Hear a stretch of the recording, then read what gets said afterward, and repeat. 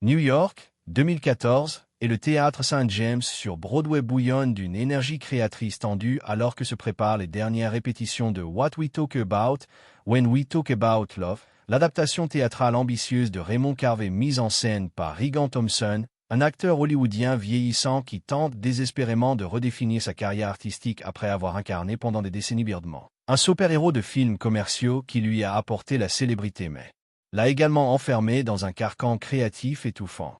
Regan Thompson, 52 ans, cheveux grisonnants et regard hanté par l'incertitude, investit toutes ses économies et sa réputation dans cette production théâtrale qui représente pour lui la dernière chance de prouver qu'il est un véritable artiste et non pas seulement un acteur de films de divertissement, et chaque jour de répétition devient un combat psychologique intense contre ses propres doutes, les critiques acerbes des journalistes spécialisés, et surtout la voix persistante de Birdman qui résonne constamment dans sa tête comme un démon familier.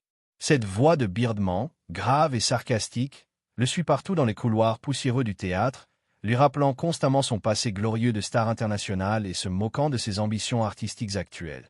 Tu crois vraiment que ces bourgeois snobs de Broadway vont te prendre au sérieux?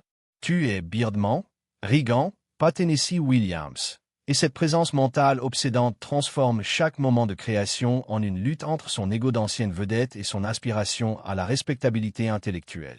Les répétitions sont chaotiques et tendues, particulièrement à cause de Mike Sheeney, un acteur de Broadway reconnu mais difficile qui remplace au dernier moment Ralph, l'acteur original qui s'est blessé dans un accident provoqué mystérieusement par les pouvoirs télékinétiques que Regan semble parfois manifester quand Birdman prend le contrôle.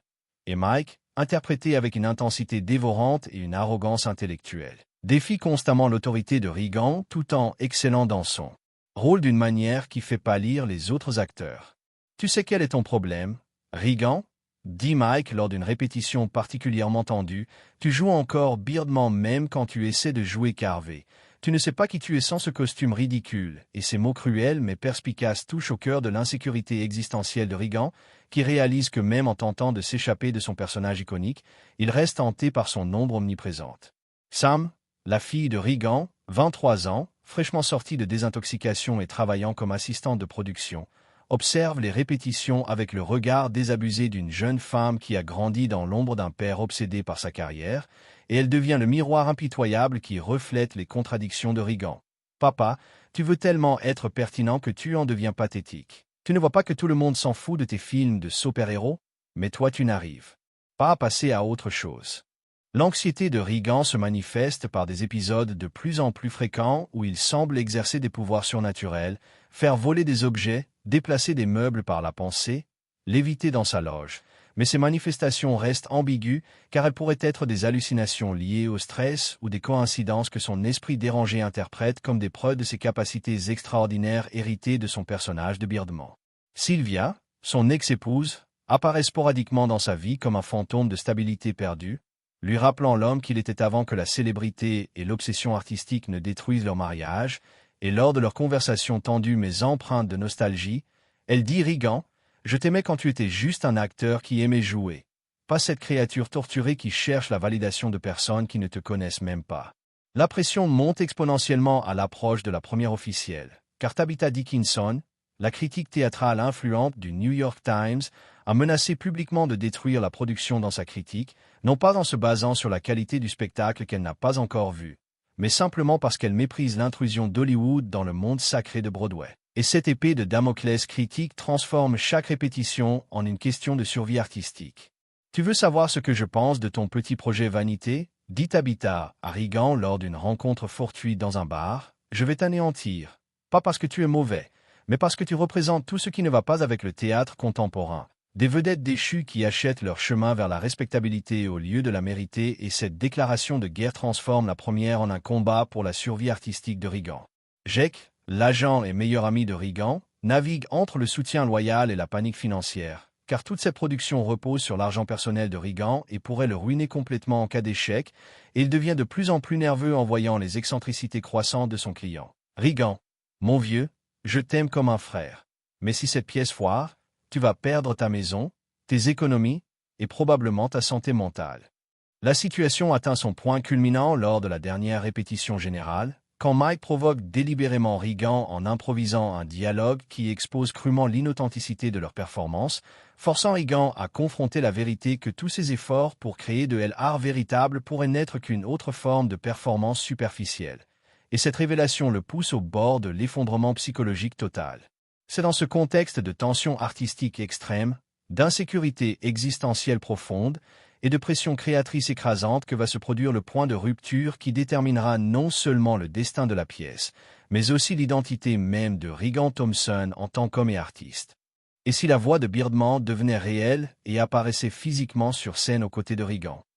Et si, au moment critique de la performance finale, quand Regan hésite entre le pistolet réel et le pistolet factice, la voix de Birdman qu'il a hantée pendant des mois cessait d'être une hallucination auditive pour devenir une présence physique tangible? Et si le personnage iconique se matérialisait littéralement sur la scène de Broadway, visible non seulement pour Regan mais pour tous les spectateurs, créant un moment de réalisme magique qui transcende la frontière entre fiction et réalité? Que se passerait-il si cette manifestation surnaturelle permettait enfin à Regan de réconcilier ces deux identités au lieu de les voir comme antagonistes?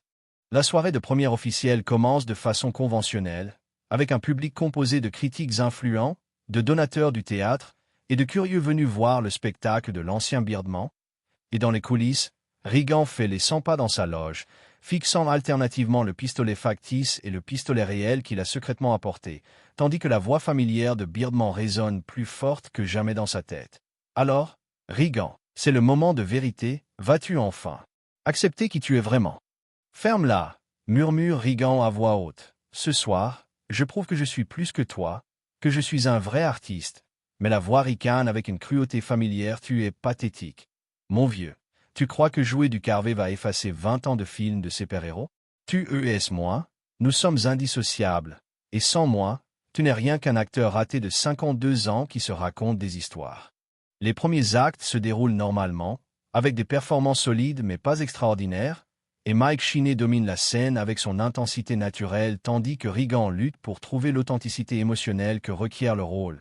Sentant le poids du regard de Tabitha Dickinson au premier rang, son bloc-notes prêt à noter chaque faux pas qui justifiera sa critique assassine déjà rédigée mentalement.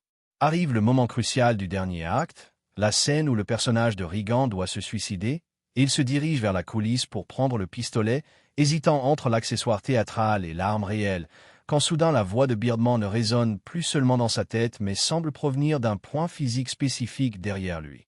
Et quand il se retourne, il voit pour la première fois le costume iconique de Birdman debout dans l'ombre des rideaux. « Tu me vois enfin » dit Birdman, et sa voix a maintenant une qualité tridimensionnelle que Regan n'avait jamais expérimentée auparavant. Et le costume bouge, respire, existe indépendamment de l'imagination de Regan. C'était en « J'en avais marre de n'être qu'une voix dans ta tête névrotique » et Regan, au lieu d'être terrifié, ressent un soulagement étrange car il n'est plus fou, ou du moins, sa folie a pris une forme tangible. « Qu'est-ce que tu veux » demande Regan, et Birdman s'approche avec cette démarche héroïque caractéristique que Regan connaît si bien pour l'avoir incarnée pendant des années. « Je veux qu'on arrête cette guerre ridicule entre nous. Tu m'as créé, je t'ai créé, nous sommes deux faces de la même médaille artistique, et il est temps qu'on travaille ensemble au lieu de nous détruire mutuellement. » Mike Sheeney, inquiet de l'absence prolongée de Regan, vient aux coulisses et trouve son partenaire en grande conversation avec ce qui semble être personne. Mais quand Mike regarde plus attentivement, il aperçoit une ombre étrange, une forme qui pourrait être « Non, c'est impossible », mais il jurait voir le contour du costume de Birdman. « Regan, ça va? Il faut y retourner, le public attend. » Mike dit Regan avec une sérénité nouvelle dans la voix. « Est-ce que tu vois quelque chose d'inhabituel ici ?» Et Mike, troublé, regarde autour de lui et murmure, il y a une présence, quelque chose que je ne comprends pas. Mais oui, je sens qu'il y a quelqu'un d'autre ici et Birdman Rio, le garçon a de l'intuition. C'est rafraîchissant, la plupart des humains sont aveugles aux dimensions parallèles. Dimension parallèle, répète Regan, et Birdman explique, je ne suis pas seulement un personnage de fiction. Regan, je suis devenu une entité autonome grâce à l'énergie créatrice que tu as investie en moi pendant toutes ces années. Et maintenant je propose qu'on retourne sur scène ensemble pour créer quelque chose que le monde n'a jamais vu. Un dialogue authentique entre un créateur et sa création. Regan retourne sur scène pour la scène finale, mais au lieu de prendre simplement le pistolet, il s'arrête au milieu de la performance et s'adresse directement au public. « Mesdames et messieurs, Ce soir vous allez assister à quelque chose d'unique. La rencontre entre un homme et son alter ego artistique, et un murmure parcourt la salle car ce texte ne fait pas partie de la pièce de Carvey. Birdman apparaît alors sur scène, d'abord comme une ombre projetée sur le mur du fond, puis graduellement de plus en plus visible, et les spectateurs du premier rang commencent à distinguer la silhouette iconique du super-héros. Certains pensent que c'est un effet spécial prévu, d'autres sentent qu'ils assistent à quelque chose de vraiment extraordinaire qui transcende le théâtre conventionnel. Salut Regan, dit Birdman avec cette voix que seuls les vrais fans des films reconnaissent. Ça fait longtemps qu'on ne s'est pas parlé en public, et Regan répond Birdman. Tu as été ma malédiction et ma bénédiction, mon succès et ma prison. Qu'est-ce que tu veux maintenant? Et ce dialogue improvise transforme complètement l'atmosphère du théâtre. Je veux qu'on arrête de prétendre qu'on est des ennemis, dit Birdman en marchant autour de Regan avec cette grâce surnaturelle qui caractérisait ses vols cinématographiques. Tu as honte de moi parce que je représente le divertissement commercial, et moi je me moque de tes ambitions artistiques parce qu'elles nient tout ce qu'on a accompli ensemble. Regan réfléchit et dit tu as raison, j'ai passé des années à essayer de t'effacer, à prouver que j'étais plus que toi. Mais sans toi, je n'aurais jamais eu les moyens de monter cette pièce, ni la notoriété pour attirer l'attention sur mon travail théâtral, et cette reconnaissance publique de sa dette envers son personnage iconique crée un moment de vulnérabilité authentique qui captive totalement l'audience. Exactement, s'exclame Birdman. Et moi, sans ton talent d'acteur, je ne serais qu'un costume vide et des effets spéciaux. C'est ton humanité qui m'a donné une âme, tes années d'incarnation qui m'ont rendu crédible et attachant pour des millions de spectateurs, et cette reconnaissance mutuelle commence à dissoudre la tension qui avait défini leur relation depuis des années. Mike Sheeney, complètement déstabilisé par cette improvisation métathéâtrale, essaie de reprendre le contrôle de la scène en revenant au texte de Carvey. Mais Regan l'arrête d'un geste et dit « Mike, tu voulais de l'authenticité? Tu voulais qu'on arrête de jouer? Voici l'authenticité pure. » Un homme qui fait la paix avec toutes les facettes de sa création artistique. Tabitha Dickinson, dans le public, pose son bloc-notes car elle réalise qu'elle assiste à quelque chose d'unique dans l'histoire du théâtre contemporain, un moment où la frontière entre performance et réalité s'effrite complètement, où un acteur transcende son rôle pour créer une nouvelle forme d'art dramatique qu'elle ne peut pas critiquer selon les critères conventionnels. Sam, dans les coulisses, observe avec fascination cette transformation de son père, comprenant pour la première fois que sa lutte artistique n'était pas de la vanité mais une quête authentique d'intégration personnelle, et elle murmure à Jake « Je crois que papa vient de trouver ce qu'il cherchait depuis si longtemps » et Jake acquiesce, complètement hypnotisé par cette performance impossible. Regan, dit Birdman. Et si on montrait à ces gens ce qu'on peut créer ensemble au lieu de nous combattre? Et il tend une main costumée vers son créateur, faisons quelque chose que ni Hollywood ni Broadway n'ont jamais vu. L'union parfaite entre art commercial et art d'auteur. Regan prend la main de Birdman et à ce moment, quelque chose de magique se produit. Au lieu de deux entités séparées, ils commencent à fusionner en une seule présence scénique qui possède à la fois la profondeur psychologique que Regan a développée à travers sa formation théâtrale et la présence magnétique que Birdman apportait aux écrans de cinéma. Mesdames et messieurs, dit cette nouvelle entité fusionnée, voici ce qui arrive quand un artiste arrête de compartimenter sa créativité. Quand il accepte que toutes ses œuvres, qu'elles soient populaires ou intellectuelles, font partie d'un même voyage artistique, et ces mots résonnent avec une autorité et une sagesse qui électrisent littéralement l'audience. Cette version intégrée de Regan Birdman commence alors à improviser une interprétation du texte de Carvey qui incorpore des éléments de la mythologie du super-héros, transformant le récit littéraire en une allégorie sur la rédemption personnelle et la réconciliation avec ses propres contradictions, et cette synthèse crée une expérience théâtrale totalement inédite.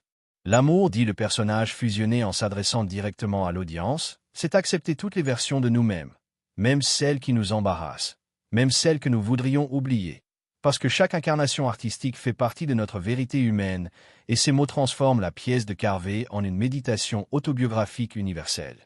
Mike Sheeney, au lieu de résister à cette transformation, trouve son propre rythme dans cette nouvelle dynamique et commence à improviser des répliques qui dialoguent avec cette entité Regan Birdman, créant un échange théâtral spontané qui dépasse largement le cadre de la pièce originale, et l'ensemble devient une collaboration créative pure entre acteurs libérés des contraintes du script. Le public, initialement désorienté par cette déviation radicale du format théâtral attendu, devient progressivement fasciné par l'authenticité brute de cette performance, car ils assistent à une catharsis en temps réel, à un homme qui résout publiquement ses contradictions artistiques les plus profondes, et cette vulnérabilité créative devient contagieuse. Sylvia, qui assistait discrètement à la représentation, sent des larmes couler sur ses joues car elle reconnaît enfin l'homme qu'elle avait épousé, celui qui aimait jouer pour le simple plaisir de créer quelque chose de beau, avant que l'ego et l'insécurité ne compliquent sa relation à l'art. Elle comprend que cette performance marque peut-être un nouveau début pour Regan en tant qu'être humain. La scène culminante arrive quand l'entité fusionnée Regan Beardman saisit le pistolet, mais au lieu de l'utiliser pour un suicide dramatique, elle le transforme symboliquement en micro et commence à raconter l'histoire de leur collaboration créative, expliquant au public comment chaque film de Beardman était en réalité une exploration des peurs et des espoirs de Regan Thompson, et comment cette pièce de théâtre représentait sa tentative de réconciliation avec sa propre complexité artistique. Ovation qui suit cette performance improvisée dure 15 minutes, un record dans l'histoire du théâtre St. James. Et ce n'est pas seulement de l'appréciation pour une pièce bien jouée, c'est de la gratitude pour avoir assisté à un moment de vérité artistique pure, où un performeur a transcendé tous les artifices pour partager son humanité la plus authentique avec son audience. Tabitha Dickinson, complètement bouleversée par ce qu'elle vient de voir, monte sur scène pendant les rappels et prend le micro pour s'adresser au public. En 20 ans de critique théâtrale, je n'ai jamais été témoin de quelque chose d'aussi révolutionnaire. Regan Thompson vient d'inventer une nouvelle forme d'art dramatique qui rend obsolète toutes nos catégories esthétiques conventionnelles. Je m'excuse publiquement, continue Tabitha, pour mes préjugés contre les acteurs de cinéma qui viennent au théâtre, car ce soir j'ai appris que la vraie question n'est pas d'où vient un artiste, mais où il est prêt à aller pour explorer sa créativité, et ces mots, venant de la critique la plus redoutée de Broadway, transforment instantanément la carrière de Regan. Sam monte sur scène et embrasse son père pour la première fois depuis des années, disant « Papa, tu as trouvé ta voix, ta vraie voix, qui inclut tout ce que tu as été et tout ce que tu peux devenir, et cette réconciliation familiale, devant un public ému, ajoute une dimension personnelle profonde à cette victoire artistique. » Mike Sheeney, généralement avare de compliments, déclare à la presse « Regan m'a appris ce soir que l'authenticité théâtrale ne signifie pas rejeter ses expériences passées, mais les intégrer dans une expression plus complète de qui on est vraiment, et cette reconnaissance venant d'un puriste du théâtre valide définitivement la transformation artistique de Regan. » Jake, soulagé et extatique, trouve rapidement Regan après la représentation pour lui annoncer que 3 studios d'Hollywood et 2 producteurs de Broadway ont déjà appelé avant la fin de la soirée, proposant des projets qui permettraient à Regan d'explorer cette nouvelle synthèse artistique qu'il vient d'inventer, et pour la première fois depuis des mois, les conversations portent sur des opportunités créatives plutôt que sur la survie financière. Les réseaux sociaux explosent avec des vidéos amateurs de la performance, car plusieurs spectateurs ont filmé clandestinement les moments les plus extraordinaires, et #Regan Beardman devient trending topic mondial en moins de 2 heures, avec des analyses, des débats, et des théories sur ce qui s'est vraiment passé sur cette scène de Broadway. Les médias traditionnels peinent à catégoriser cette performance. Est-ce du théâtre, du performance art, une installation conceptuelle, une breakdown publique transformée en art? Cette confusion médiatique ne fait qu'amplifier l'impact culturel de l'événement, car chacun reconnaît avoir assisté à quelque chose d'unique sans pouvoir exactement le définir. Sylvia retrouve Regan dans sa loge après la représentation et lui dit « Je n'ai pas vu Beardman ce soir, ni le Regan que je connaissais avant, j'ai vu quelqu'un de nouveau, quelqu'un qui a enfin fait la paix avec toute son histoire, et cette observation marque symboliquement la possibilité d'un nouveau chapitre dans leur relation personnelle. » Dans les semaines qui suivent cette performance révolutionnaire, Regan découvre qu'il a involontairement lancé un mouvement artistique que les commentateurs appellent théâtre métanarratif, où les acteurs intègrent leur propre lutte créative dans leurs performances, créant des expériences dramatiques qui transcendent la frontière traditionnelle entre fiction et autobiographie. Des théâtres du monde entier contactent Regan pour développer des productions basées sur cette approche, et il se retrouve soudainement dans la position unique d'être à la fois un acteur recherché et un innovateur théâtral respecté, réconciliant enfin ses ambitions commerciales et artistiques dans une carrière qui honore toute la complexité de son parcours créatif. Beardman, maintenant que sa relation avec Regan est harmonieuse plutôt que conflictuelle, devient un collaborateur créatif régulier, apparaissant occasionnellement pour des consultations artistiques et des brainstorming, mais sans la charge émotionnelle négative qui caractérisait leurs interactions précédentes, et cette coopération permet à Regan d'explorer des projets qui combinent spectacle et profondeur psychologique. La relation entre Regan et Sam se transforme radicalement car elle peut enfin respecter l'intégrité artistique de son père, et elle décide de travailler avec lui sur des projets qui explorent les dynamiques familiales dans le contexte de l'industrie du divertissement, créant des œuvres qui utilisent leurs propres expériences pour éclairer des thèmes universels sur les relations parents-enfants. Mike Sheeney et Regan développent une amitié artistique inattendue, car Mike reconnaît que l'approche métathéâtrale de Regan pousse les limites de ce que le théâtre peut accomplir. Ils collaborent sur plusieurs productions qui explorent comment les acteurs peuvent utiliser leur propre vulnérabilité comme matériau créatif authentique. L'industrie cinématographique d'Hollywood commence à s'intéresser à cette nouvelle approche artistique, et plusieurs studios proposent à Regan de développer des films qui incorporent cette esthétique métanarrative, lui offrant la possibilité de retourner au cinéma, non pas comme un acteur désespéré reprenant un rôle familier, mais comme un innovateur apportant une vision artistique fraîche au médium. Tabitha Dickinson écrit un livre sur cette soirée révolutionnaire, analysant comment la performance de Regan illustre l'évolution nécessaire du théâtre contemporain vers des formes plus fluides qui intègrent l'expérience personnelle de l'artiste, et ce livre devient une référence dans les écoles d'art dramatique du monde entier. La carrière de Regan entre dans une phase créative qu'il n'aurait jamais imaginé possible. Au lieu de choisir entre art et commerce, il développe des projets qui prouvent que cette dichotomie est artificielle, et que la vraie création artistique peut incorporer tous les aspects de l'expérience humaine, y compris la célébrité, l'échec, la rédemption et la réconciliation avec ses propres contradictions. 2 ans après cette performance révolutionnaire, Regan Thompson est devenu une figure respectée dans plusieurs mondes artistiques simultanément. Hollywood le courtise pour des projets innovants, Broadway lui offre carte blanche créative, et les institutions académiques l'invitent pour des conférences sur l'évolution de l'art dramatique contemporain. Sa relation avec Birdman a évolué vers une collaboration créative mature où le super-héros apparaît périodiquement pour des consultations artistiques, apportant sa perspective sur l'entertainment populaire tandis que Regan contribue la profondeur psychologique et la technique dramatique. Et ensemble, ils développent des projets qui prouvent que l'art populaire et l'art d'auteur peuvent coexister harmonieusement. Sam, maintenant productrice associée sur plusieurs projets de son père, a développé sa propre carrière en aidant d'autres artistes à explorer leurs contradictions créatives, et elle devient une voix importante dans l'industrie pour promouvoir l'authenticité artistique par-dessus les considérations purement commerciales, inspirée par la transformation qu'elle a observée chez son père.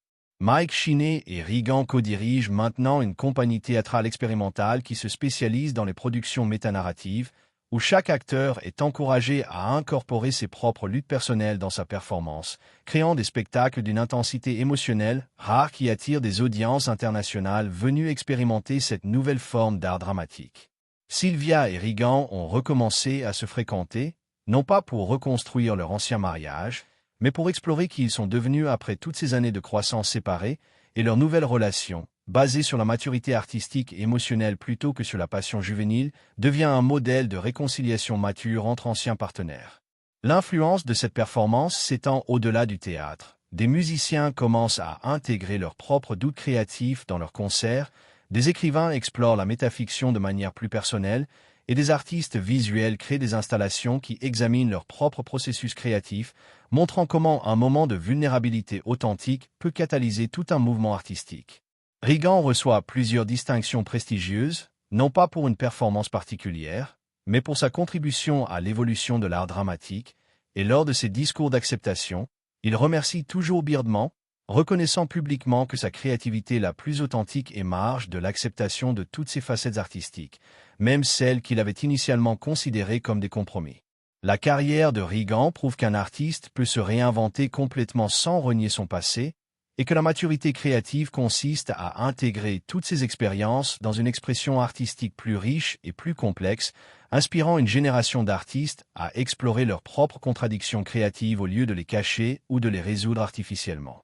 5 ans après cette nuit révolutionnaire au théâtre St. James, Regan Thompson est devenu une figure légendaire dans l'histoire du théâtre contemporain, non pas pour une seule grande performance, mais pour avoir démontré comment un artiste peut transcender les limitations créatives auto-imposées et découvrir une voix authentique qui honore toute la complexité de son parcours humain et professionnel.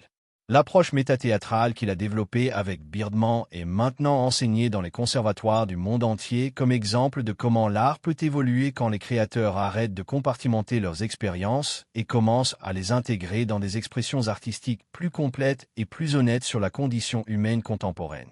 Birdman, dans ses apparitions occasionnelles, est devenu un symbole de réconciliation créative, représentant la possibilité pour tout artiste de faire la paix avec les aspects commerciaux de sa carrière sans sacrifier son intégrité artistique. Et cette philosophie influence des créateurs dans tous les médiums qui cherchent à équilibrer viabilité économique et expression personnelle authentique. Sam a écrit un mémoire sur cette expérience qui devient un best-seller et inspire un documentaire sur la transformation artistique de son père, contribuant à préserver cette histoire comme exemple de comment les relations familiales peuvent guérir quand les membres acceptent et honorent la complexité créative de chacun au lieu d'exiger des simplifications artificielles.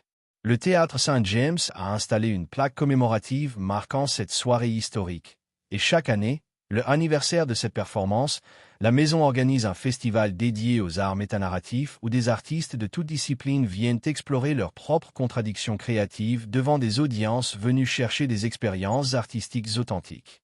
Regan continue à travailler régulièrement, mais ses choix de projets sont maintenant guidés par la passion créative plutôt que par la validation externe, et chaque nouveau travail incorpore cette philosophie d'intégration artistique qui a transformé sa compréhension de ce que signifie être un créateur complet dans un monde qui pousse artificiellement vers la spécialisation et la catégorisation. Cette nuit-là, j'ai appris que nous ne devons pas choisir entre nos différentes identités créatives, mais les intégrer toutes dans quelque chose de plus grand. Birdman n'était pas mon ennemi, il était une partie de mon voyage artistique que j'avais besoin d'honorer pour devenir complet. Quand nous arrêtons de nous battre contre nos propres créations et commençons à collaborer avec elles, nous découvrons que l'art véritable naît de l'acceptation de toute notre complexité humaine, pas de sa simplification.